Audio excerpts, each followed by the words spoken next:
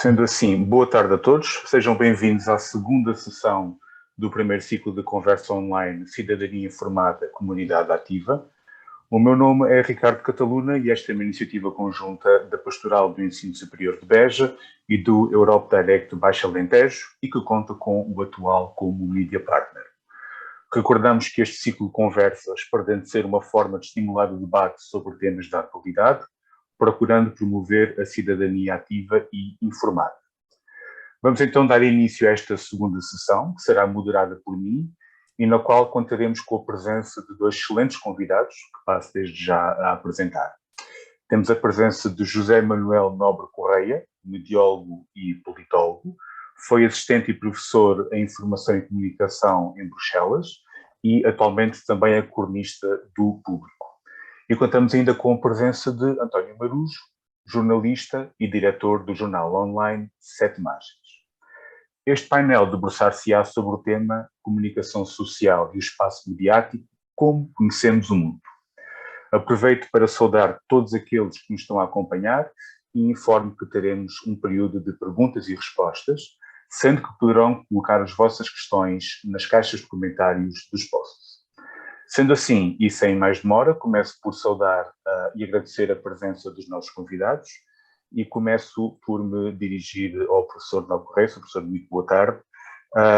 A comunicação social em Portugal vive tempos difíceis já há anos, tempos esses que foram, sofreram, a comunicação social em Portugal sofreu aqui uma certa deterioração após a pandemia.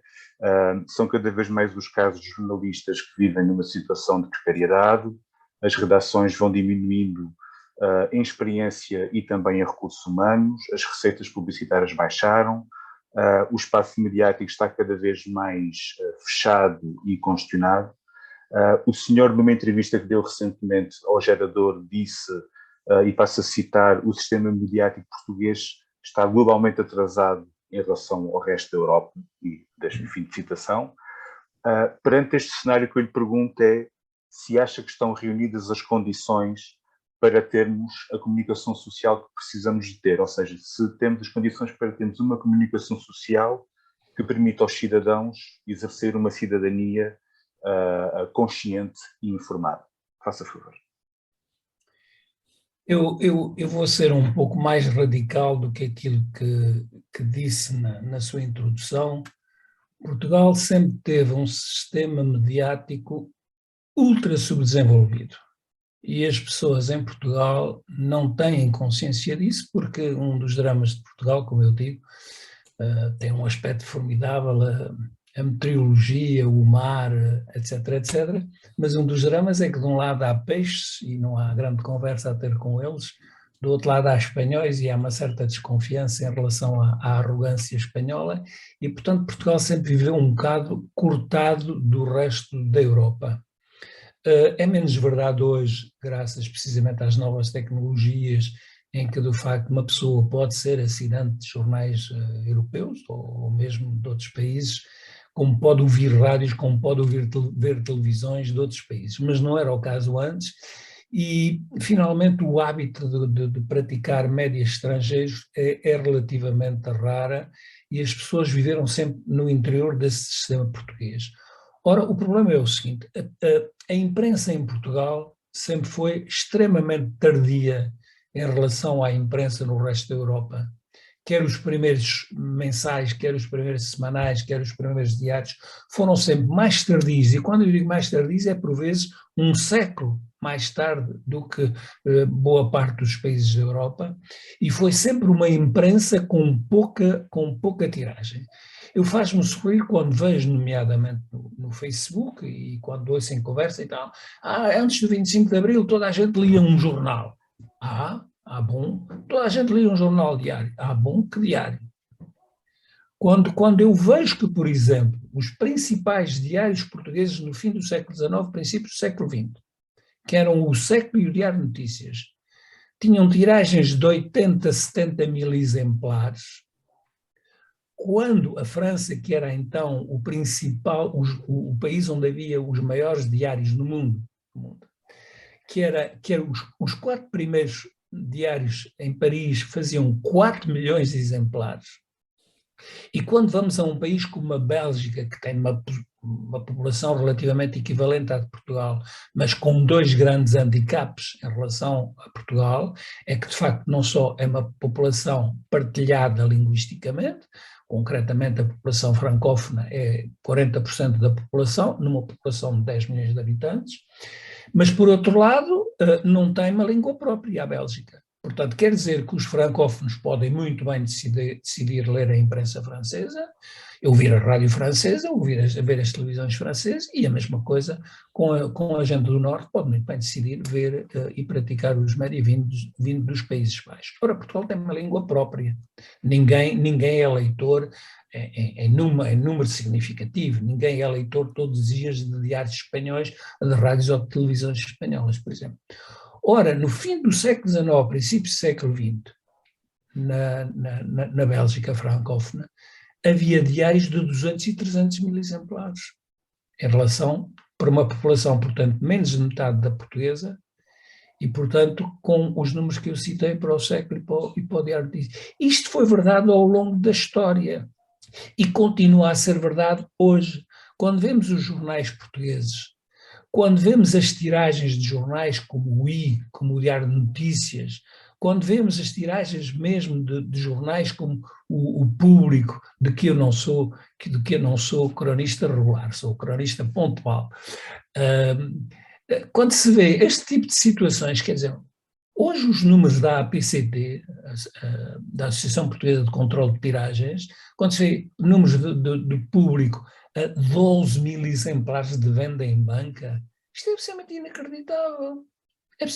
E isto não é crítica em relação ao jornal, pode ser-lo em relação ao sistema de promoção do jornal, de comercialização do jornal, isso é outra conversa. Mas, de facto, os jornais estão a este nível. O jornal que tem maior tiragem, maior venda em Portugal, que é o Correio da Manhã, tem, não sei neste momento, mas tem à volta de uns 50, 60 mil exemplares. Quando ainda hoje, na Bélgica, há diários que têm tiragens de longe superiores a essas, que ultrapassam os 100 mil exemplares, pura e simplesmente. Portanto, temos que ter consciência. O sistema da imprensa em Portugal é totalmente insuficiente. Para já, em termos de imprensa diária, digamos, aquilo que pomposamente se chama imprensa diária nacional, é um diário no Porto, 4 diários em Lisboa. Mas quando se veem os dados da APCT, os principais diários de Lisboa, por exemplo, ou do Porto, à Beira Baixa, ao distrito de Castelo Branco, concretamente é como eles definem, ou ao distrito da Guarda, há jornais que vendem 2, 3, 15 exemplares. Portanto, são jornais, de facto, da grande Lisboa, do grande Porto, mas não vão muito para além. E o que é que há depois como diários? 2 diários em Braga, 2 diários em Coimbra, um em Aveiro e Viseu e em Leiria, que são, de facto, umas subedições do Diário de Coimbra, e um diário sul em Évora. Ponto final. Ponto final. E em semanários a situação absolutamente idêntica, quer dizer, fora de Lisboa não há uma imprensa semanal com uma tiragem importante, mesmo a nível da própria região. E as rádios e as televisões é exatamente a mesma coisa. Reparem que à parte do Canal Porto, todas as rádios e televisões ditas nacionais são feitas em Lisboa, sem terem delegações regionais. Fora do Porto, mais uma vez, fora uma coisinha em Coimbra, fora uma coisinha em Faro, mas mais nada do que isso. Pura e simplesmente. E sem querer monopolizar a palavra, por exemplo, mais uma vez, eu pego no exemplo belga porque vivi lá, mas porque a situação demograficamente é comparável. Os diários na Bélgica têm edições regionais. E não é 2 nem 3, são 5 e 6 e 7 e mais, não é? Quer dizer, cada região tem um jornal nacional que inclui páginas de informação regional dessa região, e publicidade dessa região. Porque quando se tem um stand de automóveis ou se tem um talho, qual é o interesse de fazer publicidade num jornal nacional que é difundido por toda a parte? Se é um restaurante, se é um talho, é para as pessoas da região. A pessoa que está no fundão pode ir à Covilhã ou a Tortecente comprar carne, mas não vai certamente a Coimbra ou a Lisboa para comprar carne para consumo cotidiano, não é? Ora, tudo isto não existe em Portugal. Peço desculpa, foi um pouco longo. Não foi uma ótima explicação. E se calhar, aproveitando aquilo que acabou de dizer, professor, aproveitava para colocar mais uma questão. O professor abordou sobretudo a questão da imprensa escrita e disse que as rádios estavam um bocado na mesma situação. Nós, na nossa região, no Baixo Alentejo, não temos muita imprensa escrita, mas ainda temos rádios. Eu perguntava-lhe se não considera que a rádio, ainda assim, apesar de tudo, não conseguiu adaptar-se melhor a estes tempos do que a imprensa escrita, por um lado, e perguntava-lhe outra coisa, que era se acha que os cidadãos, eu creio que já há bocado respondemos, podia elaborar um bocadinho, se os cidadãos têm consciência deste cenário que está montado. Faça favor. Não, a meu ver, não têm consciência. Aliás, eu disse isso. No que diz respeito à rádio, eu direi duas coisas, que é o seguinte. Primeiro, faço-lhe notar que não há rádio nenhuma fora de Lisboa que tenha uma audiência nacional, que seja, ou melhor, que seja concebido numa perspectiva nacional, porque hoje, graças à internet, pode-se viver em Vila Real, em Trás-os-Montes, e ouvir uma rádio de Beja. Eu fiz essa própria experiência, acontecia que a minha falecida mãe dizia: "Mãe, hoje vai haver cá no seu Fundão." E eu, eventualmente, na altura ainda havia duas rádios no Fundão, eventualmente ouvia a rádio do Jornal do Fundão e a outra, agora já nem lembro como é, a Rádio Cova da Beira. Essa ainda existe, precisamente, ouvia graças à internet, coisa que era absolutamente impossível. A rádio é o média clássico, tradicional, imprensa escrita, rádio, televisão, é o média que resiste melhor à proliferação da internet. Porquê? Porque é um média que não é obsessionalmente, que não ocupa a pessoa de maneira ativa. Quero dizer com isto, uma pessoa pode continuar a fazer montes de coisas, conduzir o carro, lavar a louça, escrever, ler um livro, com a rádio em fundo.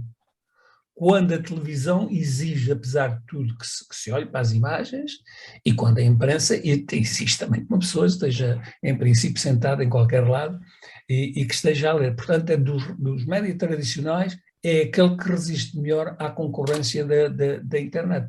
Só que o drama em Portugal, mesmo aquela situação que existia, Portugal tem uma característica que as pessoas também ignoram, que é o seguinte: Portugal e Espanha é que eram dois países ditatoriais, mas dois países que tinham rádio privada e rádio pública. Quando para lá dos Pirineus a rádio privada não existia, ou existia apenas naqueles mini-estados que se chamam Mónaco, Luxemburgo e Andorra, unicamente. Senão era monopólio privado, era monopólio público da rádio desde o fim da Segunda Guerra Mundial. Ora, em Portugal havia o Rádio Clube Português, havia a Rádio Renascença e havia meia dúzia de rádios locais. Rádio Altitude, na Guarda, Rádio Polo Norte, no Caramulo, havia uma série também de rádios nos Açores e, bom, tudo isso. Bom, essas locais não contavam muito, mas o Rádio Clube e a Renascença contavam, inclusive em termos de informação, onde havia uma certa margem de manobra um pouco maior do que na emissora nacional. Hoje não se pode dizer que há rádios que realmente contam, à parte o caso da Rádio Renascença, que é a única que escapou, mais 4 locais que escaparam à nacionalização absurda de dezembro de 1975. Porque, de facto, Portugal nacionalizou as rádios, monopolizou as rádios, fundiu-as todas na radiodifusão portuguesa, a RDP, numa altura em que estava a haver o fenómeno da proliferação das rádios no resto da Europa, onde elas não existiam. Muito bem, Sr. Professor, muito obrigado. Eu, sendo assim, agora passaria a bola ao António Marujo. Eu perguntava-lhe, António, fazia também 2 questões numa, se me permite. Perguntava-lhe se partilha um bocadinho deste pessimismo ou realismo, depende da perspectiva do professor Nobre Correia, e perguntava-lhe também como é que acha que os portugueses estão a olhar para projetos como o Sete Margens, mas também podia referir outros projetos online como o Gerador, como o 74, como o Divergente. Como é que acha que eles estão a olhar para esta nova realidade, para este novo tipo de fazer jornalismo? Faça favor. Obrigado, Ricardo, e obrigado pelo convite. E sobretudo porque é um gosto também estar aqui com uma pessoa que me habituei a ler exatamente para nos ajudar a refletir estas questões. Eu não sou especialista de todo destas matérias, aquilo que digo é a partir da minha experiência de leituras, de do que ouço outras pessoas mais conhecedoras a refletir. E já agora, antes até de responder diretamente às duas perguntas, deixe-me só acrescentar 2 ou 3 notas muito laterais àquilo que o professor Nobre Correia dizia. Por exemplo, desde logo eu acho que este drama que o Ricardo dizia no início, ele já vinha antes da pandemia, quer dizer, eu saí do público há 9 anos e a razão foi que a empresa dizia que não tinha dinheiro para pagar a jornalistas. E dessa vez fomos despedidas 48 pessoas.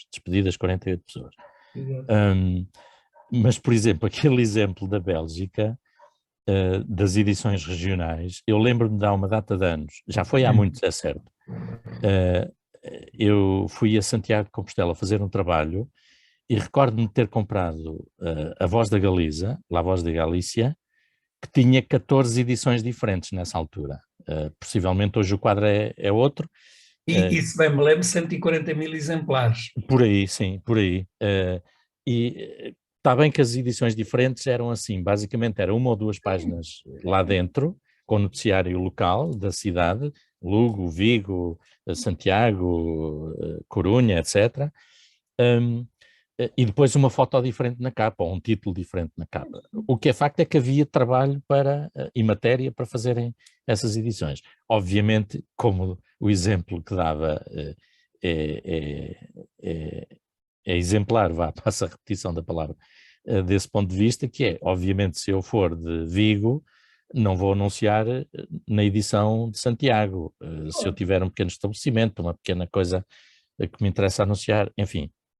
Mas depois a pequenez e a macrocefalia de Portugal, também há outros 2 exemplos que me lembrei, que é, há poucos dias, por causa de uma coisa que saiu no Expresso, eu falei com uma pessoa de Marvão, da zona de Marvão, que me disse, eu para comprar o Expresso tenho que ir, já nem sei onde é, Castelo de Vide, salvo erro.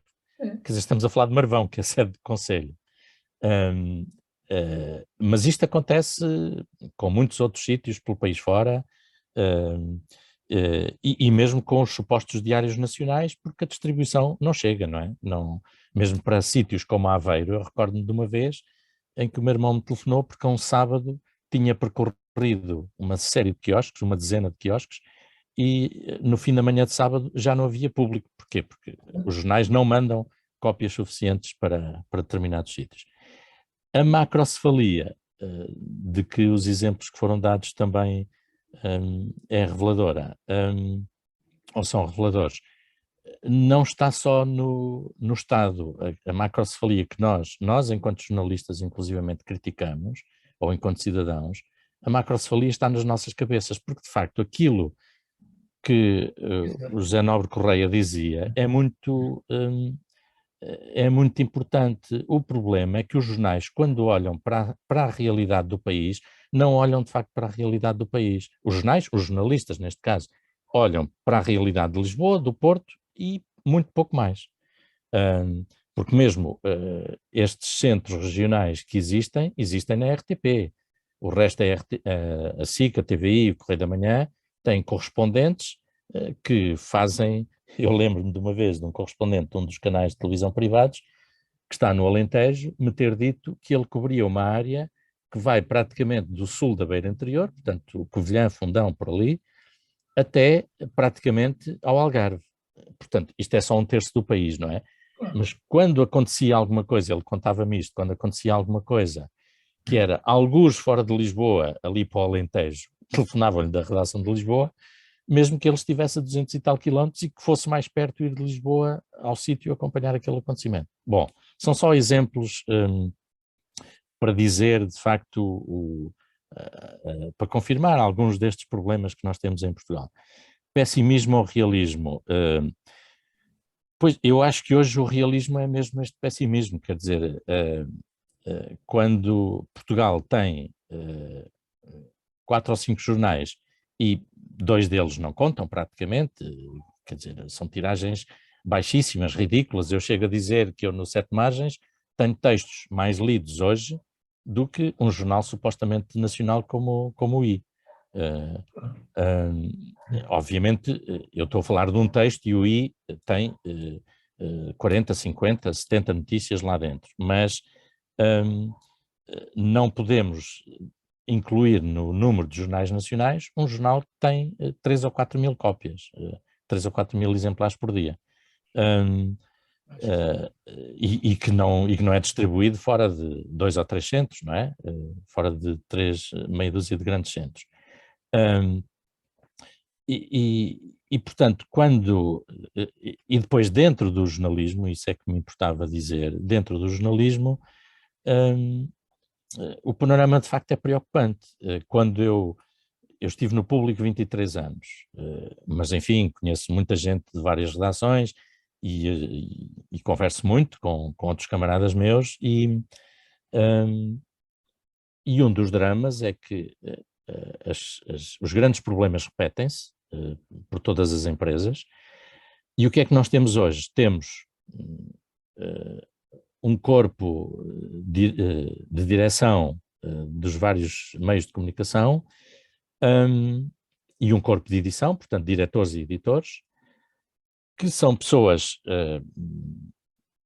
enfim, que têm um certo estatuto, e depois, abaixo deles, não há corpos intermédios, ou seja, a seguir temos, na maior parte dos casos, e quase arriscaria dizer 80%, 90% das redações, são gente jovem, acabadinha de chegar das faculdades, daqui e daquela, com pouca experiência profissional, com pouca capacidade de reclamar ou de ter uma visão crítica das coisas, porque interessa manter o emprego, coisa perfeitamente legítima e humana, que todos nós temos direito, e, portanto, as pessoas tendem a calar-se mais perante algumas coisas que não acharão tão corretas.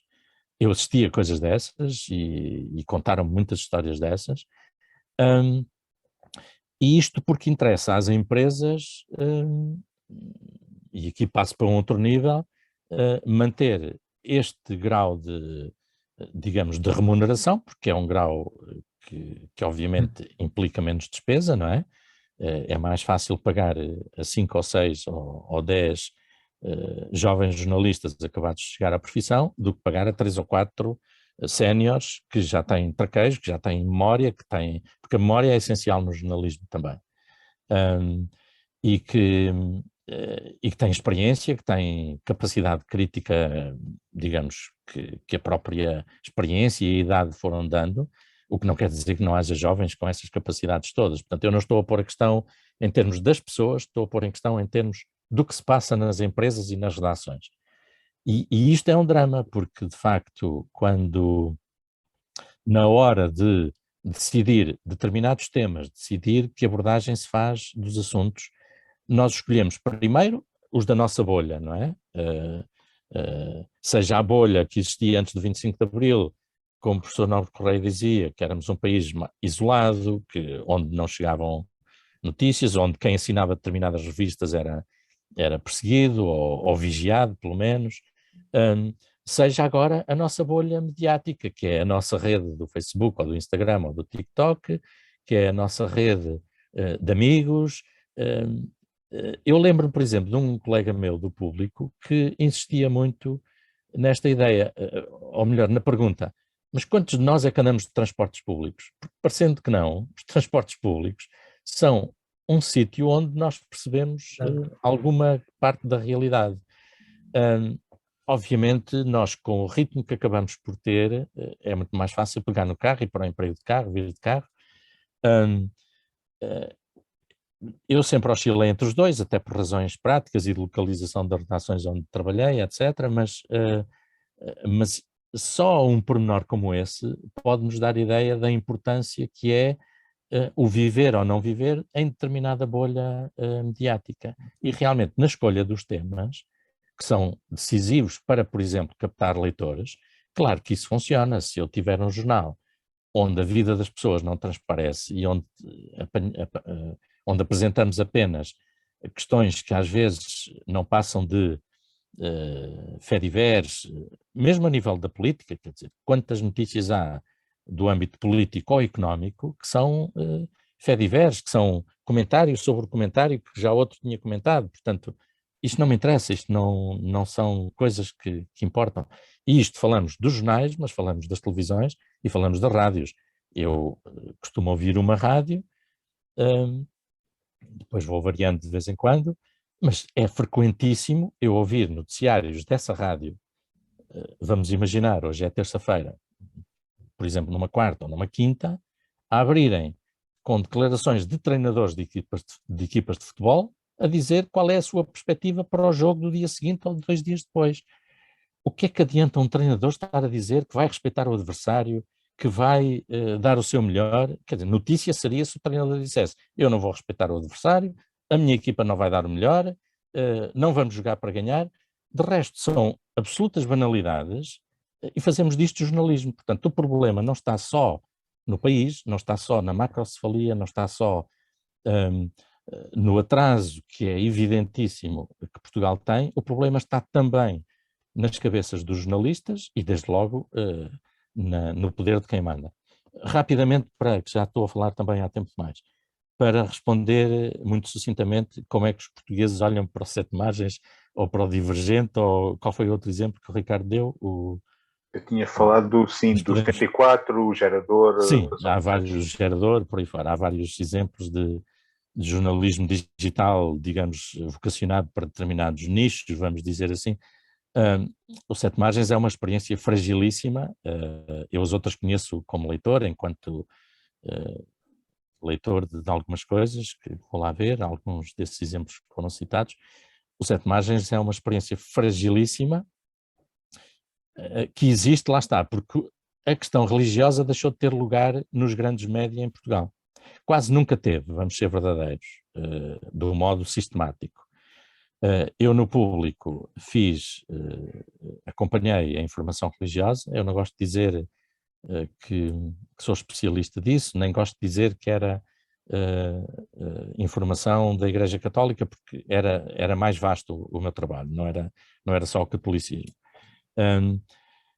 Essa perspectiva não existia em Portugal quando o público começou, e felizmente a seguir outros jornais, outras rádios e outras televisões começaram a ter pessoas a acompanhar de uma forma mais sistemática a informação religiosa, porque a informação religiosa é, na minha perspectiva, tão importante quanto as questões da saúde, da justiça, da política, do desporto, da cultura, etc, etc. Aliás, a questão religiosa cruza muitas destas áreas. No Sete Margens, por exemplo, nós dizemos que é um jornal com o foco na questão religiosa. O que é facto é que nós temos praticamente todos os dias noticiário sobre política, noticiário sobre cultura, noticiário sobre questões de direitos humanos, que não são, em sentido estrito, questões religiosas. Hoje, por exemplo, à noite, vou publicar uma notícia sobre a questão dos tiroteios nos Estados Unidos, que são muito mais do que a gente imagina, houve agora mais 1 ou 2. Já vamos neste momento em quase 200 tiroteios nos Estados Unidos desde o início do ano, coisa que nós não temos a percepção. Mas, portanto, para dizer, esta questão, que é, na minha perspectiva, muito importante, foi simplesmente arredada da abordagem dos média no seu cotidiano. Quer dizer, quando o Papa diz uma coisa muito importante, ou quando vem a Portugal, claro que os médias se mobilizam. Mas o problema é que a gente não acompanha a política só quando o Presidente vai fazer o 10 de junho, ou o 25 de abril, a cerimónia no Parlamento. A política tem que ser acompanhada cotidianamente. Do mesmo modo, nas questões religiosas, dentro das igrejas, dentro dos grupos religiosos, etc., há questões que só se percebem acompanhando-as com alguma permanência. E, portanto, acabando a resposta, sendo uma experiência muito frágil e muito pequenina, o Sete Margens é conhecido neste momento talvez de uns 10 mil, 15 mil portugueses, para ser já talvez um bocadinho otimista ou benévolo. Portanto, não tenho pretensões a pensar como é que os portugueses olham. Sei que os nossos leitores, aqueles que nos fazem chegar opiniões, têm uma perspectiva muito positiva do nosso trabalho, embora seja uma gota d'água daquilo que nós gostaríamos de fazer e daquilo que eu pessoalmente ansiaria fazer, mas enfim, como tudo na vida, há que fazer um caminho lento. Pronto, e por aqui me fico, que já falei muito, peço desculpa. Não, nada de desculpa, acho que foi muito interessante. Diga professor, faça favor. Houve múltiplos assuntos abordados de maneira extremamente interessante, mas não vou poder falar, mas queria falar de um que, muito rápido, que é o seguinte. Há um erro que está a ser cometido em Portugal, que é o jornal não está bem, reduz-se os números de jornalistas, põem-se 40 e tal tipos na rua, no público. Hoje, um jornal como o Diário de Notícias está a ser feito por uma equipa alucinante de 30 jornalistas.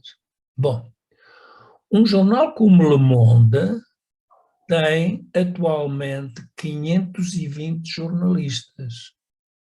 E no início dos anos 80 tinha 201 jornalistas. Por acaso, por pura coincidência, estive a ver ontem números que aqui tenho no computador, mas como estamos a falar pelo computador é impossível que eu os consulte. Mas nos últimos 12 anos, o Le Monde passou de 300 e tal jornalistas para 520. O El País tem um pouco mais de 400 jornalistas. Ora, o jornal que tem mais jornalistas em Portugal, mas eu até duvido dos números que foram dados pelo atual diretor do Público quando ele entrou em função, já não sei quando, há 6 anos, 7 anos, 8 anos, não sei, que era de 120 jornalistas, duvido que ainda sejam 120, mas vejam a diferença. E qual é a diferença? A diferença, portanto, é depois de ver assuntos como o Covid ou assuntos como agora a Ucrânia, ver a mesma pessoa tratar, não estou a delirar, concretamente estou a pensar numa pessoa, vou citá-la, claro, tratar do Afeganistão, da Síria, da Ucrânia, da Alemanha, do Covid. How is it possible? Como é que é possível que esta pessoa seja uma pessoa especializada para escrever num jornal de referência? Quer dizer, não é para escrever num jornal qualquer, mais ou menos sensacionalista, semanal, ou não sei o quê. Portanto, o problema é isso, quer dizer, os jornais portugueses não só têm quantitativamente pouco conteúdo, poucas páginas, pouco conteúdo, mas como têm muito pouco conteúdo realmente especializado. Há outra coisa que os jornais em Portugal, eu peço desculpa, há outra coisa que eu às vezes digo aos vizinhos, se me põe a falar de jornais, eu sou um chato. Bom, há outra coisa que as pessoas não compreendem, é que de facto tem que haver uma especialização, que hoje os jornais já não servem, eu vou dizer uma coisa grave, já não servem para anunciar as notícias. Quando uma pessoa compra um jornal Diário da Manhã ou é assinante na edição em digital, já não é para saber aquilo que leu em montes de redes sociais. De um jornal espera-se agora outra coisa, a verificação desses factos anunciados, uma perspectivação destes factos, uma interpretação e uma análise, é isso que se espera. Quer dizer, eu quando abro jornais portugueses de manhã, eu tenho 4 diários como assinante, 2 regionais e dois nacionais. Vejo lá anunciadas coisas e disse, não é possível. Mas eu ouvi isto na rádio ontem de manhã, ao pequeno almoço. Não tem sentido, portanto, esta reconversão tem que ser absolutamente feita, para além do aspecto que o António Marujo abordou e muito bem, quer dizer, é uma distribuição que sempre foi má em Portugal, sempre. Os jornais no meu tempo, quando eu vivia em Portugal, os jornais de Lisboa chegavam ao fundão no comboio das 2h30, sem atraso, quando havia atraso, então. Os do Porto chegavam às 6 da tarde e os vespertinos chegavam às 11 da noite. Quer dizer, com uma informação que estava completamente, tinha perdido toda a sua frescura.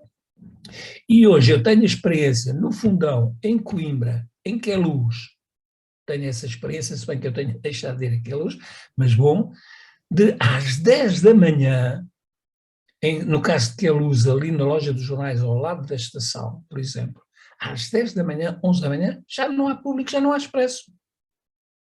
Mas quem são estes tipos que fazem este tipo de distribuição e de comercialização? Não, é que o problema é o seguinte, eu vou comprar o público, já que citei o público, às 10 não há, mas há uma coisa que me interessa verdadeiramente, vou comprar o Diário de Notícias, ou vou comprar eventualmente até o Correio da Manhã. E a certa altura uma pessoa perde o hábito de ter comprado o jornal de que gosta e de que era o leitor habitual. É tão simples como isso. Peço desculpa porque havia aí também a falar dos títulos de primeira página e das edições. Uma coisa que me esqueci de dizer sobre a Bélgica, é que tem a mesma população, mas é 1/3 do território português. 1/3. E se pegarmos, portanto, na parte francófona unicamente, nunca fiz bem esse cálculo, mas deve ser para aí 1/8 do território português. Quer dizer, deve ser para aí um dos alentejos e mais nada do que... E nem sequer isso.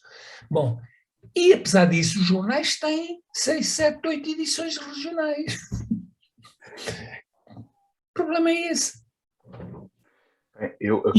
E em tal, como disse o António Maria, em tal edição, o que se põe na primeira página é o resultado da académica, na outra edição é o resultado do Beira-Mar, no mesmo buraco, na outra coisa é o Futebol Clube do Porto, ou o Boa Vista, etc, etc. Porque as pessoas que vivem no Porto, o que lhes interessa, sobretudo, os clubes do Porto. Agora, se darem o resultado do Lusitano de Évora, não sei se ainda existe o Lusitano de Évora. Existe. No meu tempo existia.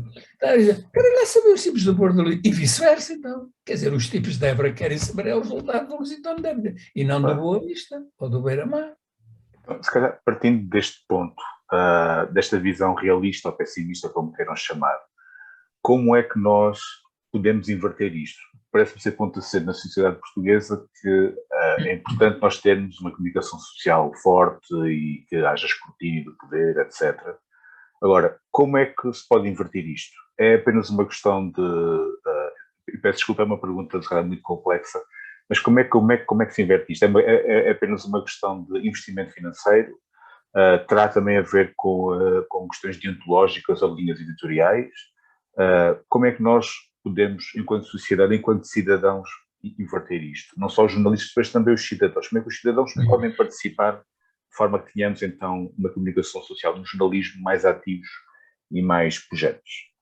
Se calhar agora passava a palavra ao António, se fizer favor.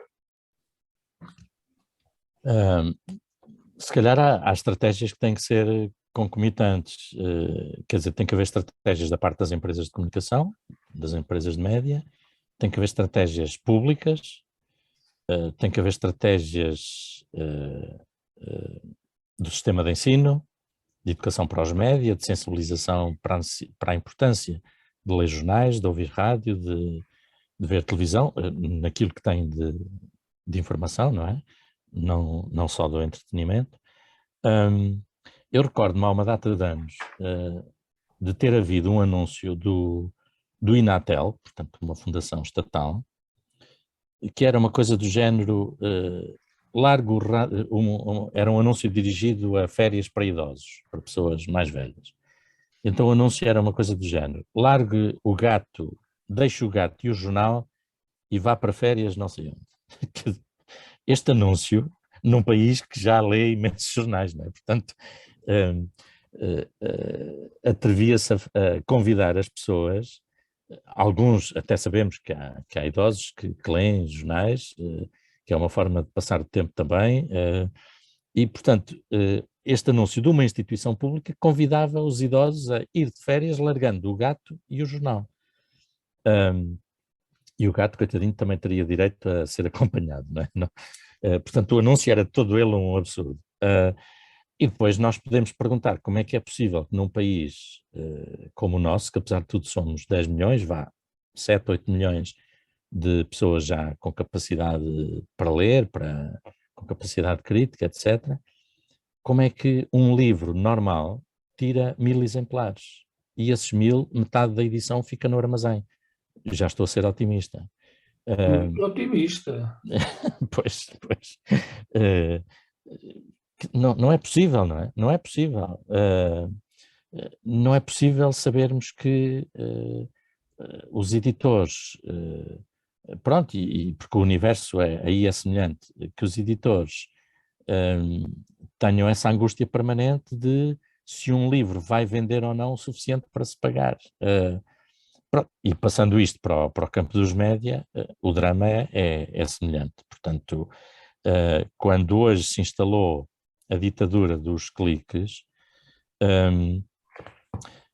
é óbvio que isso tem efeitos muito perniciosos na minha perspectiva. Claro que há quem pense diferente. Curiosamente, eu lembro-me que no Público, nos 2, 3 últimos anos em que eu lá estive, eu fiz vários trabalhos, digamos, sem um pretexto de atualidade, e E esses trabalhos tiveram na internet números de leitores, por exemplo, na casa dos 50 mil, 70 mil, que era um número absolutamente, já é um número muito bom, pelo menos era nessa altura no público. Nós tínhamos textos que na internet, textos muito, muito lidos, chegavam aos 100 e tal mil, 200 mil, quando eram coisas, sei lá, um grande acontecimento, uma invasão da Rússia, uma invasão da Ucrânia pela Rússia, coisas desse género, portanto um grande acontecimento que as pessoas querem procurar informação, havia textos com 100, 200 mil leitores. Esses textos, sem qualquer pretexto de atualidade, tiveram 50, 60, 70 mil leitores. Mesmo assim, eu fui considerado, eu e outros colegas meus, que quando escreviam, quando nomeadamente escreviam trabalhos para a página digital do jornal, eram textos também muito lidos, porque encontravam coisas muito curiosas da atualidade, portanto, não só a espuma dos dias, mas histórias humanas com muito interesse, outras que eram fediveres, mas também muito engraçados, e esses textos também eram muito lidos. E, portanto, pessoas que trazem este contributo para uma publicação, para um jornal, são consideradas dispensáveis. Porquê? Porque custavam muito à empresa. Pois, estávamos lá há 20 anos, 20 e tal anos, e, portanto, os ordenados foram subindo, e na escala que havia na altura, acharam que éramos dispensáveis, porque realmente o peso era insustentável, apesar de nem falarmos de ordenados astronómicos, longe disso. Mas é esta distorção, quer dizer, e depois acha-se que qualquer pessoa pode fazer a mesma coisa. Não pode. Quando eu, na altura, também pouco tempo antes de sair, penso eu, talvez um ano e tal, fizemos um destacável, ou melhor, revendemos, republicamos, um destacável que eu tinha feito quando morreu o Papa João Paulo II, portanto em 2005. Em 2011, por aí, 2010, voltámos a editá-lo por alturas da beatificação dele. Esse suplemento, esse destacável, foi anunciado 3 dias antes nas páginas do jornal, não foi anunciado em mais sítio nenhum, e foi vendido numa quarta-feira. O jornal desse dia vendeu mais 5% de exemplares do que vendia normalmente às quartas-feiras. O jornal que se tinha aproximado desse número tinha sido um ano antes, isto foi em 2011, portanto, tinha sido um ano antes, em 2010, em maio de 2010, quando o então Papa Bento XVI veio a Portugal e celebrou missa no Terreiro do Paço. A edição do dia seguinte, quarta-feira, foi também bastante vendido, quer dizer, subiu no número de vendas. Portanto, estes números, apesar de economicamente, aliás, eu fiz questão de dizer que achava que era um erro dispensarem-me a mim e a outras pessoas que eu sabia que traziam contributos importantes para o jornal, e fiz questão de dizer isso a algumas pessoas, portanto, aquilo que eu estou a dizer em público disse-o a quem de direito na altura, mas pessoas que trazem contributos económicos, contributos em número de leitores, em número de cliques, mesmo assim são consideradas dispensáveis. E esse é um problema que as empresas têm que resolver, quer dizer, quando nós sabemos que depois há outros setores das mesmas empresas, a publicidade, o marketing, a administração, etc., onde se gastam verbas, às vezes completamente injustificadas, completamente disparatadas, para fazer não sei quantas coisas. Vimos-lo há pouco tempo, eu não estou lá, estou à vontade para falar como espectador.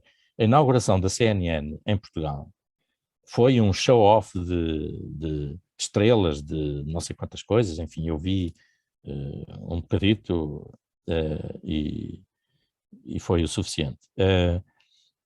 E acho que de facto foi uma passagem, um espetáculo televisivo e visual, quando sabemos que depois a mesma empresa, a seguir, começa a cortar dinheiro numa série de setores, e isso é público nas notícias que têm aparecido. Portanto, isto começa por ter que ser um problema que as empresas têm que colocar. As empresas, os administradores, os gestores, essas pessoas, têm que se colocar, que é, ou querem um jornal, ou querem uma televisão feita com qualidade, ou querem o quê? Uma folha em que nós fazemos fotocópias dos telex da Lusa, dos takes da Lusa, das notícias da Lusa para distribuir. A questão é essa. E, de facto, se não acrescentamos hoje, por exemplo, um jornal diário, como dizia o professor Novo Correia, se não acrescentamos nada àquilo que já ouvimos na véspera na televisão, que já ouvimos de manhã na rádio, que já lemos em 30 sítios do Facebook e de redes e de sites e não sei o quê, então qual é o acrescento que nós temos para dar às pessoas? Eu muitas vezes dizia no público, chegava de manhã, folheava o jornal e dizia, eu hoje, se fosse leitor, não dava €1 por este jornal, porque isto não tem nada para nós acrescentarmos às pessoas. Os jornais são Portanto, exatamente, portanto, esse é o problema, de facto. Enfim, é um dos problemas. Uma coisa que tem que se dizer é que, contrariamente ao que se pregoa, os jornais de qualidade, e citei o caso do Mundo, o Mundo nunca teve tantos assinantes como tem atualmente. Tem 520 mil assinantes em digital, por exemplo.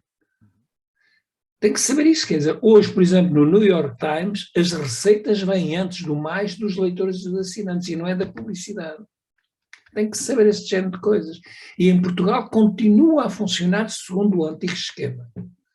E o António Marujo citou aqui aspectos, há outros que não citou, que é o público, por exemplo, teve uma partida, um início, com uma tecnologia e uma equipe como eu não conhecia jornais na Bélgica nenhuns que tivessem na altura. Eu colaborei logo de início, portanto estava ao corrente do que se passava. Mas toda a parte administrativa e publicitária, isso já não entrava no esquema intelectual do Vicente Jorge Silva, que eu conheci suficientemente bem, com quem estive algumas vezes. Foi a parte intelectual jornalística, para além do facto que este jornal começou num posicionamento globalmente de centro-esquerda, para acabar depois numa posição ultradireitista com um dos diretores seguintes que lá esteve.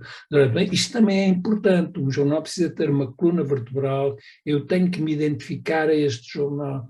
Portanto, o que tem que se saber é uma coisa, o jornal hoje já não é necessariamente impresso em papel.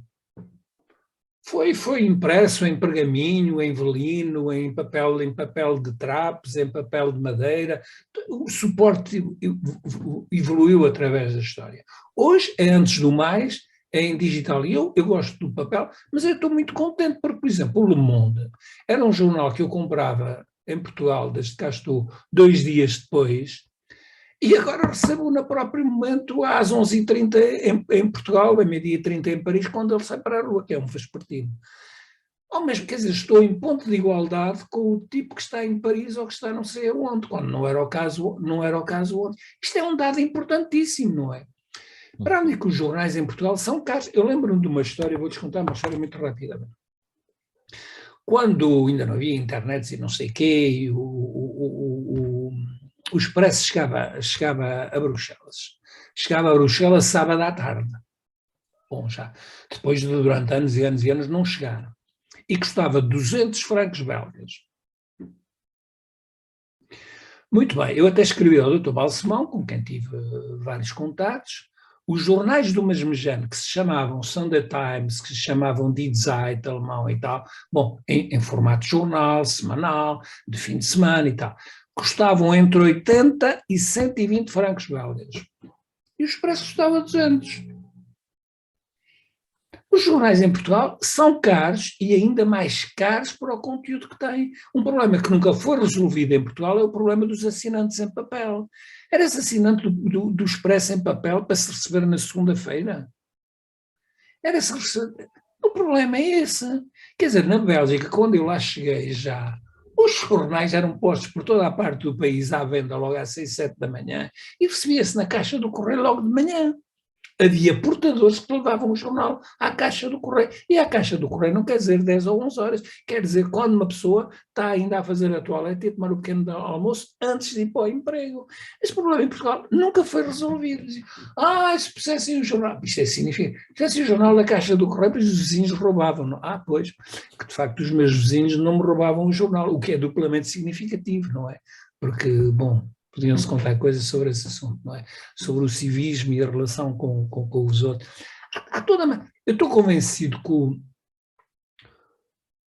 o relançamento da informação jornalística em Portugal, em imprensa, em rádio, em televisão, em digital, em linha, tem que vir absolutamente do Estado. Mas eu continuo a pensar que, embora eu tenha feito por iniciativa própria um projeto na matéria, no início dos anos 20, eu tinha que vasculhar no meu computador para saber. Eu publiquei depois uma versão no Jornalismo e Jornalistas em 2009, já lá vão 13 anos, e depois publiquei outra também no meu blog em 2013, não tem interesse. Bom, eu vi 3 ministros com a tutela da comunicação, vi o homem, já não sei qual era o título que ele tinha exatamente, do Gabinete de Estudos Média, acho que era assim que se chamava, no Palácio Foz, que esse gabinete já desapareceu, estava ligado ao primeiro-ministro. Nunca nenhum deu seguimento ao assunto. Eu fiz um projeto bem concreto, da criação de um fundo que atribuiria créditos em função de um certo tipo de iniciativas bem precisas e gerido de tal maneira, isto foi igual a zero. Agora, eu estou convencido que em Portugal há uma história intelectual neste país que faz que as classes dirigentes não querem governar com os cidadãos. Eu estou a dizer isto de maneira muito responsável. Elegem as coisas entre amigalhaço, entre gente que frequenta os mesmos cafés, os mesmos restaurantes, as mesmas namoradas, andaram nos mesmos liceus e, portanto, dá tudo, namoradas ou namorados, claro, não estou a fazer um discurso machista, atenção. E, portanto, tudo se passa muito bem. Estes gajos agora que vivem lá na Campónia, agora a intervirem sobre o assunto, que história é isto? E, portanto, os meios dirigentes do país, nomeadamente os meios com meios financeiros, e os meios políticos em Portugal, cá, pior ainda do que lá fora, os meios políticos têm um medo de mexer nos média, que é uma coisa terrível, porque eles precisam, para fazerem vida política, carreira política, precisam dos média, precisam da boa vontade dos jornalistas, que deem importância a tudo o que eles fazem. Reparem o que se passa com o Marcelo, é um verdadeiro escândalo. O que se passa com o Marcelo neste país é um escândalo absoluto. Aquele tipo faz tudo o que faz, a televisão está lá, e mesmo aquilo que ele não faz, que é o governo que faz, ele atribui-se a ele e é posto na conta do Marcelo. É um verdadeiro escândalo. Eu já escrevi sobre isso não sei quantas vezes. Quer dizer, então, mas vê-se isso com o rei de Espanha, vê-se isso com o presidente francês, vê-se isso com o grande duque do Luxemburgo, vê-se isso, continuam a lista. Eu vejo todos os dias a televisão belga e a televisão francesa, porque sei muito bem do que falo. Não se vê, pura e simplesmente. Os homens políticos para dizer, se nós indispomos esta gente, vão-nos cair em cima. E nós desaparecemos. Há uma expressão em francês que é põe-nos no cemitério, deixamos de existir. E, portanto, o meio político tem medo, não só ao outro aspecto, querem gerir a coisa entre eles, mas tem medo de abordar o assunto. Mas dada a história deste país e até a história dos meios económicos deste país, a iniciativa tem que vir da administração pública. Sem que, e depois dizem coisas, vão atribuir dinheiros. Então, mas não há ajuda à imprensa há dezenas de anos na Bélgica, não há ajuda à imprensa desde a Segunda Guerra Mundial em França, não há ajuda à imprensa no Luxemburgo, não há ajuda à imprensa na Itália e por aí adiante. Segundo critérios bem precisos, atenção, em função de tiragem, em função do número de jornalistas, em função da reconversão industrial da empresa, etc, etc, etc. Mas aqui, quando se fala disso, vem logo com a censura. O que é a censura?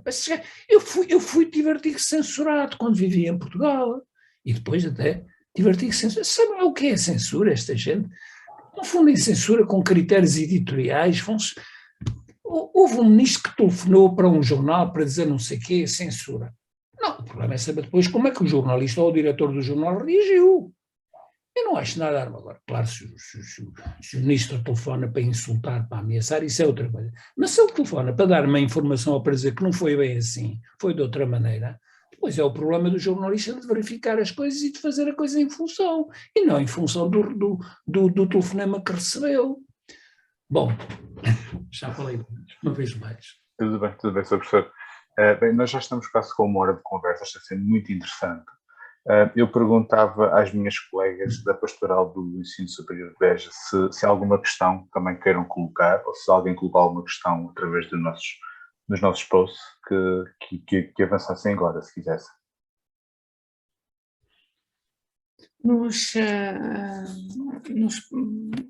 Via Facebook não nos chegou a questão nenhuma. Portanto, de público exterior não nos chegou questão a colocar aqui. No entanto, queria dizer aos nossos convidados que vi com muito agrado estas questões referidas do que diz respeito à linha editorial dos meios de comunicação social como um fator importante para que cada um perceba o que é que está a ler e em que contexto é que está a ler, porque me parece que isso muitas vezes está sonegado, está escondido do ponto de vista da linha editorial daquele órgão de comunicação e depois surge com uma aparência de pluralidade ou de pseudo-pluralidade a partir de um conjunto mais alargado de colaboradores com alguma regularidade. E isso efetivamente desvirtua aquilo que se espera do trabalho profissional do jornalista, não é? De procurar a informação, de verificar fontes, de ser independente. Um jornal tem que ser independente, tem que ser rigoroso, mas pode e deve ter uma sensibilidade. Toda a gente sabe que o El País é globalmente de centro-esquerda, que o El Mundo e o ABC são de direita, toda a gente sabe que o Figaro é de direita, que o Le Monde é globalmente de centro-esquerda, que o Libération é até bastante à esquerda, toda a gente sabe que o Corriere della Sera é um jornal ligado aos meios industriais de centro-direita, que a República, e por aí adiante, e que o Guardian e que o Time, toda a gente sabe. Aqui querem ser uma coisa que ninguém entende muito bem aquilo. É uma no cravo, outra na ferradura, e nas grandes circunstâncias, o aborto, a eutanásia, a adesão à União Europeia, aquilo que o jornal não toma posição. Acham que devem fazer todos os dias um editorial assinado por um dos jornalistas e sobretudo pela direção. Na minha perspectiva, um jornal deve ter editoriais não assinados, que devem precisamente refletir a posição global do jornal na matéria, mas sobre as grandes questões em Portugal, as coisas se vão, e depois então tomam uma posição eventualmente, mas depois no dia seguinte vem outra a dizer o contrário. Ainda aconteceu recentemente no público, aconteceu vir uma posição e depois no dia seguinte vem e depois chamam isto de pluralismo. Há uma coisa que é tratar a informação de maneira independente e rigorosa. A outra é depois ter uma sensibilidade. Nós fazemos parte de um projeto societal que tem tal tipo de posicionamento e, portanto, é normal que o nosso tratamento da informação, da atualidade, reflita um bocado esse tratamento. Isto não é ser partidário, não é a mesma coisa. Uma sensibilidade não é ser partidário nem estar ligado ao que quer que seja. Eu não sei eu tenho pena que esta conversa não dure 2 ou 3 horas.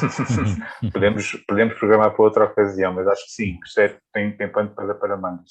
Eu, antes de passar a palavra à minha colega Sandra, também tenho bastante para colocar. Não sei se o António quer fazer algum comentário ao que disse o professor Arnaldo Correia e agradeço a Maria do Samé.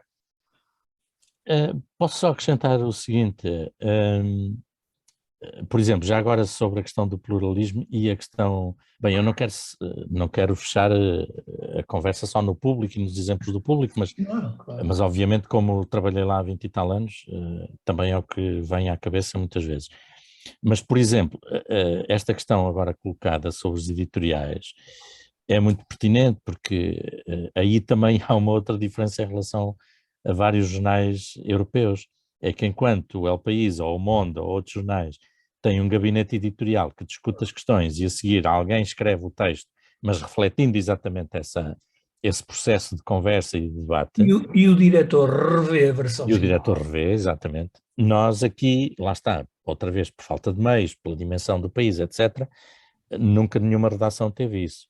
Ou, enfim, houve a dada altura, tanto quanto eu sei, no Diário de Notícias, salvo erro, pois, no público a experiência no início era muito semelhante, embora não lhe chamássemos assim.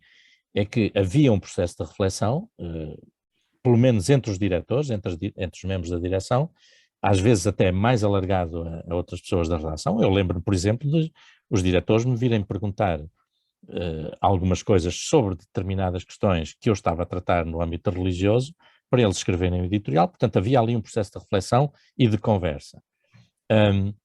Depois era um dos diretores que assinava, de facto, porque era assumindo a pessoa que escrevia, era a pessoa que assinava. Depois, a dada altura, deixou de se assinar. O problema para mim hoje é que a própria noção de editorial do jornal está abastardada. Nós hoje não temos editoriais, temos umas notas, na maior parte dos casos, obviamente, não quer dizer que sejam todos, mas temos umas notas quase de registro. Uns militantismos. Exatamente, e quase de registro, por exemplo, chamar aos editoriais do Expresso editoriais, na minha perspectiva, é muito redutor, porque são umas notinhas de 500 caracteres, quase só a registar uma coisa, enfim, perspectivas.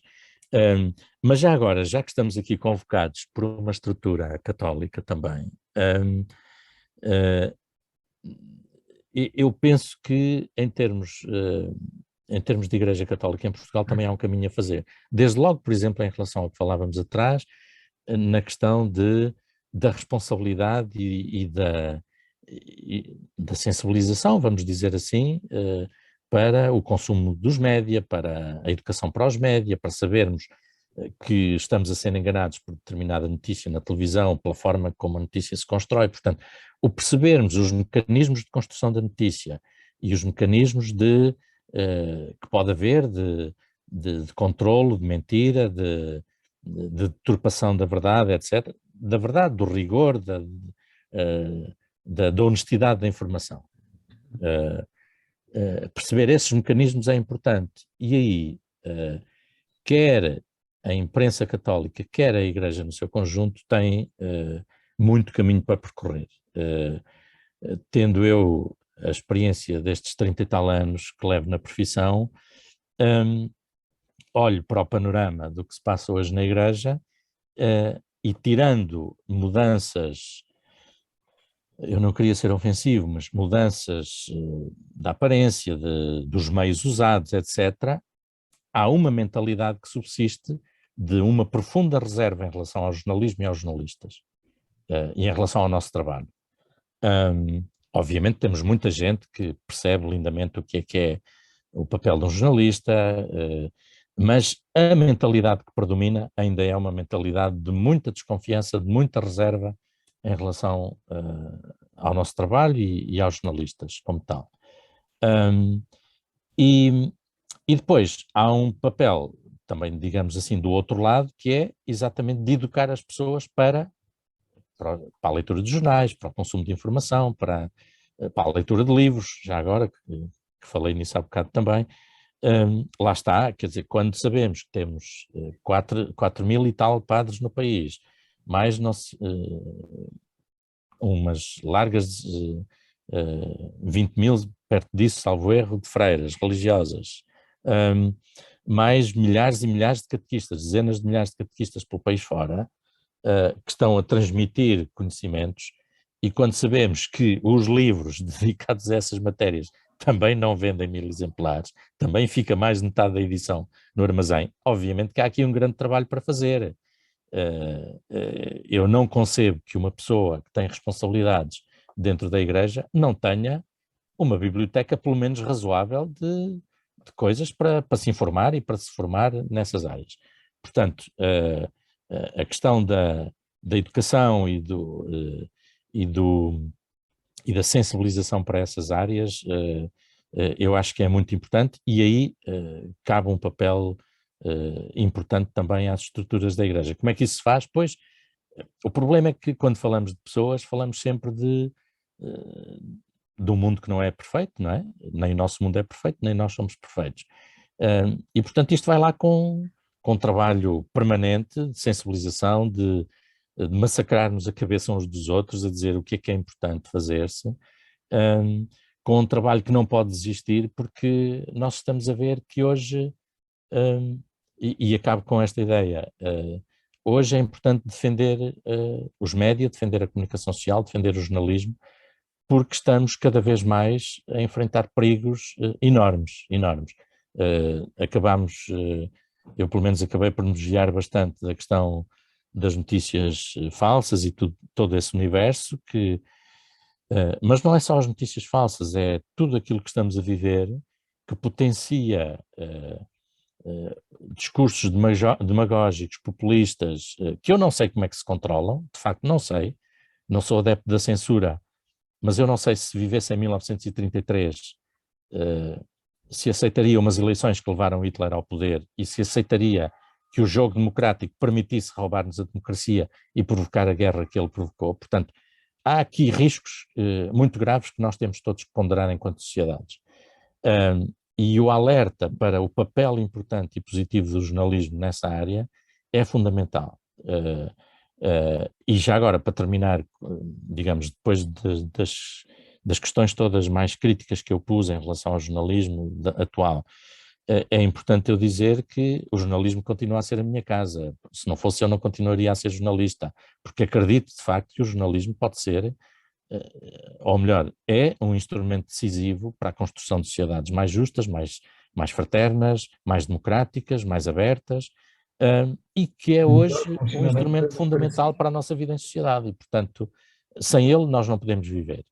Agora, tem que ser um jornalismo rigoroso, tanto quanto possível independente dos poderes, tanto quanto possível não, tem que ser independente dos poderes, e isso realmente hoje é muito difícil, e portanto eu continuo a ser admirador de muitos camaradas meus que sei que passam grandes dificuldades nas suas redações, que enfrentam grandes dificuldades, às vezes para escrever determinados artigos, coisas que nem são aparentemente muito complicadas sequer, mas que, enfim, que põem problemas daqui, de lá, ou para fazer peças nos telejornais, ou para passar peças nas rádios, enfim. E, portanto, digamos, se eu pudesse aqui mostrar a garrafa meio cheia e meio vazia, o meio cheia é isto, é que o jornalismo continua a ser a minha casa e acho que o jornalismo hoje é cada vez mais essencial para as nossas sociedades. E estamos a vê-lo com a guerra na Ucrânia, onde o jornalismo deveria desempenhar um papel muito mais ativo até no questionamento, não só da posição da Rússia, que essa eu acho que qualquer pessoa de bom senso estará de acordo que não tem justificação absolutamente nenhuma, mas também no questionamento de posições dos nossos governos ocidentais, que andaram durante anos a alimentar a Rússia, que apesar dos embargos decretados na sequência da invasão da Coreia, houve 10 países da União que quebraram esse embargo durante os últimos anos, e portanto questionar estas coisas todas é um papel importantíssimo dos média. Claro. Muito obrigado, António. Eu então, estamos a entrar na reta final da nossa conversa, está a ser muito interessante. Eu tanto passava a palavra à Sandra para colocar uma questão. Sandra, força. Achas que ainda dá tempo, Ricardo? Já estamos aqui um Dá perfeitamente, acho que sim. Força. Pronto, então muito obrigada. Eu tenho estado aqui a acompanhar com muito interesse esta conversa interessantíssima e que nos leva, enfim, a várias questões. E, no entanto, eu estava aqui a pensar que este problema que foi aqui identificado está relacionado com um problema maior, não é? Que é o problema da sociedade civil em Portugal, não é? E que tem várias facetas, não é só a faceta do jornalismo, temos muitas outras onde é possível, de facto, verificar essa sociedade civil fraca, se é que lhe podemos chamar assim. Como sou professora, também tive algumas experiências no jornalismo em Coimbra, nomeadamente na associação académica. Choca-me sempre muito quando, por exemplo, chega à sala de aula, e estamos aqui a falar, portanto, nós aqui damos aulas aos níveis que eu em Coimbra, que corresponderiam à minha idade em Coimbra na altura em que tivesse interesse, em que tivesse desenvolvimentos, choca muito, e conto sempre este exemplo de quando Trump ganhou as eleições. Eu cheguei à primeira aula da manhã e pronto, ia transtornada, não é? E coloquei a questão e ninguém sabia o que é que se tinha passado. Absolutamente ninguém. E isto leva-me, de facto, a uma questão que é maior, que tem a ver com a formação de públicos, que é uma questão com a qual nós lidamos nas escolas, não é? Nomeadamente na nossa instituição, em que estamos a formar futuros professores. E, portanto, estes futuros professores são pessoas que não leem livros, quanto mais jornais, e são estas pessoas que vão formar as próximas gerações. E a minha dúvida, obviamente que eu, da minha perspectiva, acho que isto passará não só por aí, mas passa muito por esta questão da formação dos públicos, porque não há jornais, porque isto o tal problema da pescadinha no rabo da boca, não é? Não há jornais porque ninguém compra, ninguém compra porque os jornais não prestam. Então andamos aqui nisto, não é? Então, se não elevarmos a exigência do ponto de vista da sociedade civil, obviamente que o próprio jornalismo também não vai responder a essa exigência. Então, a pergunta que eu fazia, nomeadamente ao professor Nóbrega Correia, uma vez que tem estado a partilhar connosco a sua experiência na Bélgica, é que conhecimento é que tem de trabalho que é feito ao nível das escolas? E aqui eu não falo só do ensino superior, eu falo desde os mais pequeninos, não é? Ou seja, há experiências feitas a esse nível. O que é que se pode fazer? Porque a escola ela própria está muito afastada do jornalismo e da sua importância, que é absolutamente inquestionável, mas as pessoas não têm sequer a consciência da sua importância. O que é que implica uma sociedade sem esta realidade, não é? Então há aqui um trabalho muito grande a fazer e ao nível da escola penso que é...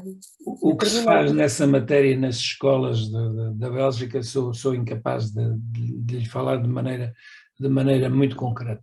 Eu tenho a noção que a situação em Portugal é consequência de muitas coisas. É a consequência de um analfabetismo que ficou extremamente elevado até ao 25 de Abril.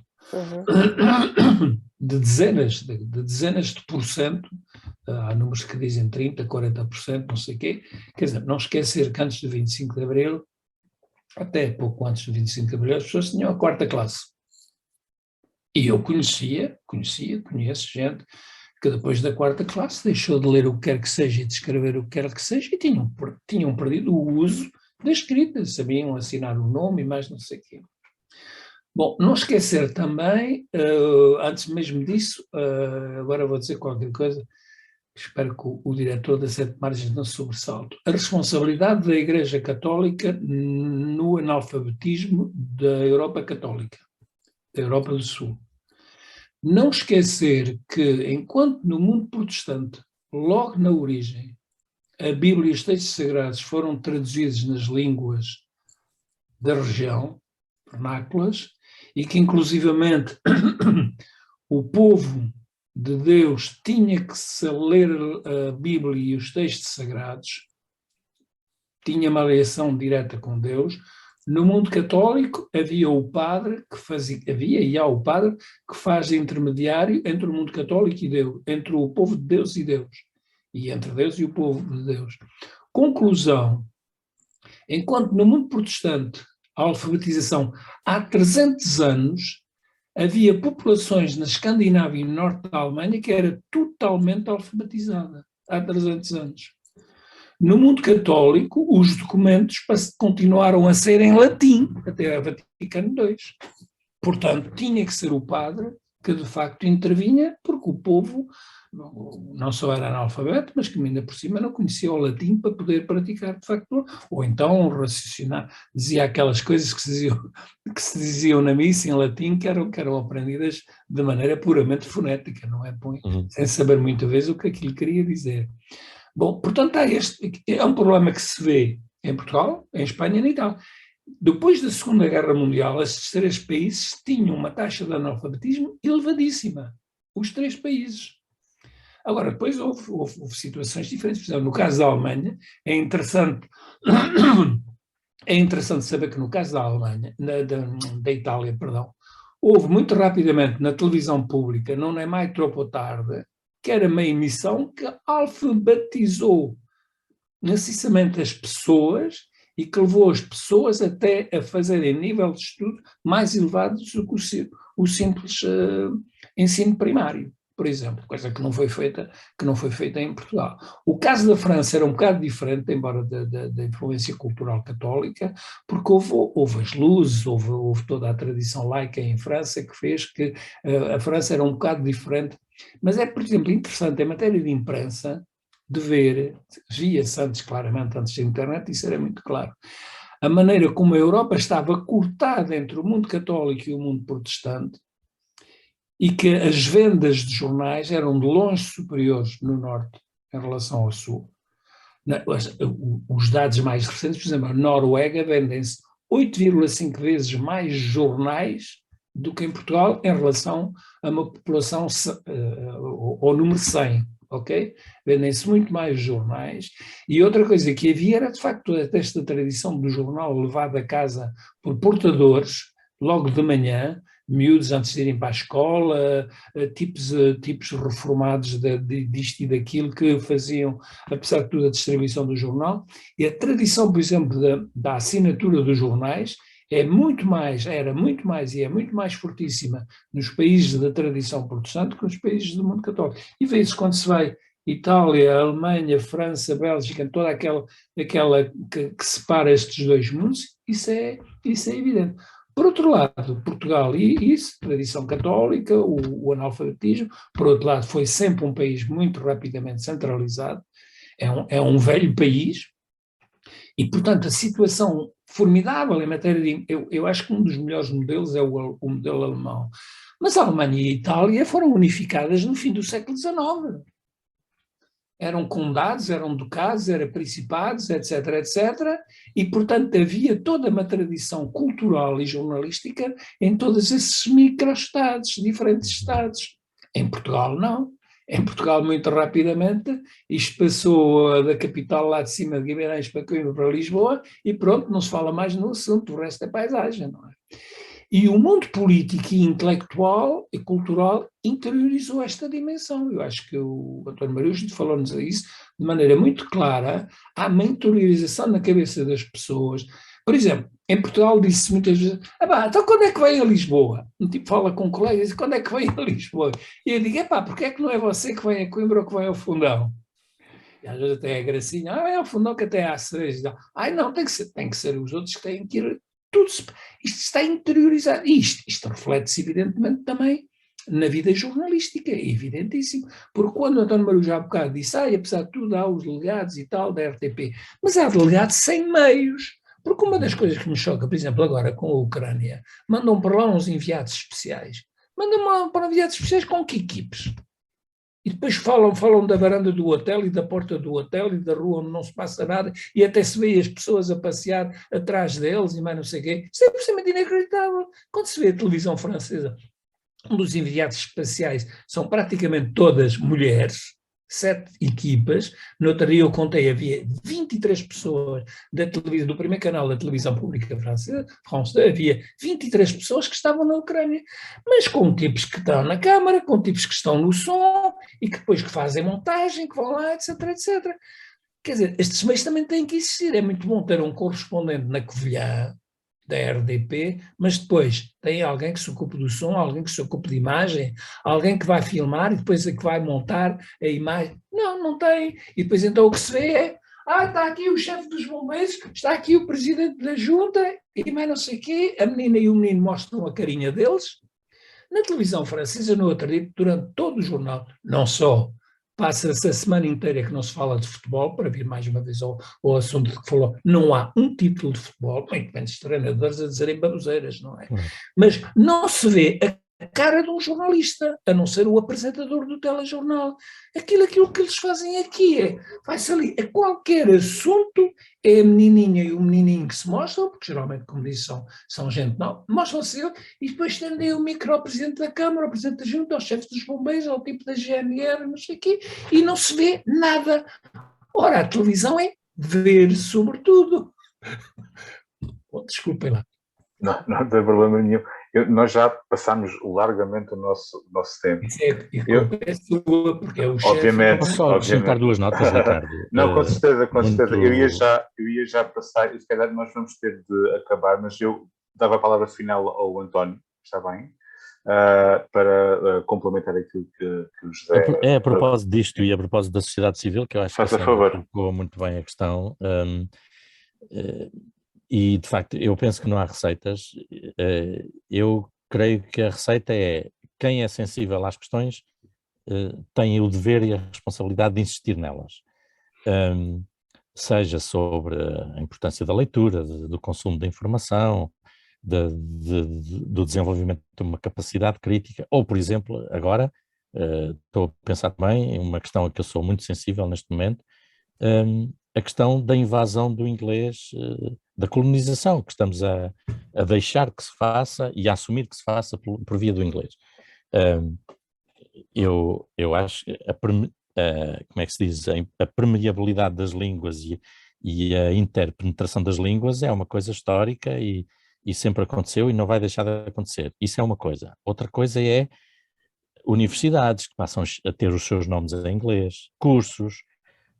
O governo diz na plaquinha que nos aparece, onde nos aparece o primeiro-ministro a falar, estamos on, cria-se uma task force, quer dizer, agora ficávamos aqui 2 horas só a dar exemplo. O voucher, pois, o tudo, online, tudo. O online, tudo. São termos que eu nunca utilizo pessoalmente. E por exemplo, eu a partir de um dado momento passei a dizer, não, eu só usarei uma palavra em inglês, de facto, quando ela for indispensável. Claro. Porque se há palavras em português para dizer as coisas, às vezes até se usam. O reportar agora serve para tudo, não é? O evento agora serve para tudo, incluindo para coisas que não são nem reportar, nem reportagens, nem eventos. E o colocar uma questão, em vez de fazermos pergunta. Também já ouvi o fazer questões e o colocar perguntas. Bom, mas enfim, são questões que eu acho que a partir do momento em que nós percebemos a sua importância, acho que devemos insistir nelas, dê para onde der, em todas as ocasiões. Formação de públicos.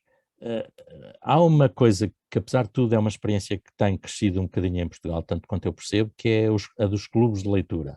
No fundo, aquilo que, se calhar, nós quase todos vimos no filme do Clube dos Poetas Mortos, que, enfim, que marcou muita gente, mas que há outros filmes também do género, e que no fundo tem a ver também, e a Sandra, como disse que é professora, se calhar tem a ver com a forma como o professor é capaz de passar esse gosto aos seus miúdos, aos seus alunos, o gosto pela leitura, por querer saber, pela curiosidade do conhecimento, o ser de uma formação determinada, mas ter curiosidade por conhecer outras. Quer dizer, eu que sou um zero à esquerda em tudo quanto é ciências, mas tenho curiosidade e gosto em ler coisas sobre os buracos negros, que ainda há dias li um texto sobre isso, sobre os mistérios do universo e disto e daquilo, enfim. E já agora terminar também com uma nota positiva, que é uma iniciativa que eu agora tenho acompanhado menos, mas no início do público acompanhei até com alguma constância, que é do público na escola, que é exatamente com o objetivo de formar novas gerações de leitores, de consumidores de informação, de espectadores, etc., no sentido da educação para os média desde logo, mas a educação para os média que acaba por dar uma visão crítica, um olhar abrangente aos miúdos. O projeto continua vivo, tanto quanto eu sei, como digo, não tenho acompanhado menos agora, mas eu penso que é um projeto, esse e outros do género, que podem também ajudar a pôr as escolas nessa perspectiva da formação de públicos e da sensibilização dos miúdos, dos alunos para, enfim, para todas estas questões e muitas outras que não falámos, algumas que falámos e muitas outras que não falámos também, não é? Obrigado e desculpem que de facto isto foi muita conversa. Foi demais. E não, obviamente não fiquei molestado nem melindrado com aquela alusão, porque a questão do analfabetismo era mesmo assim. Tinha só como é que se diz, uma pequena compensação, que era os miúdos que, não tendo outros meios de aprender a ler, iam para o seminário, mas que eram só os miúdos, rapazes, não é? Porque era a única coisa que estava Mas é óbvio que essa realidade existiu até há muito tempo, e é uma realidade que eu acho que mesmo a nível estatal ainda não foi afrontada também como deveria ter sido, porque há toda uma literacia hoje mediática, fiscal, política, etc., que seria importante fazer-se e que não está a ser feito de todo. Claro. Bem, vamos ter mesmo que terminar aqui a nossa conversa, foi muito, muito, muito interessante. Permitam-me só também terminar com uma nota positiva. Nós no Eurodirect do Baixo Alentejo percorremos muitas escolas da nossa região e temos notado com muito agrado que há cada vez mais casos de jornais da escola, ou seja, cada vez mais escolas estão a retomar esta ideia de fazer o jornal da escola, parecendo que não, acho que é uma ideia muito interessante.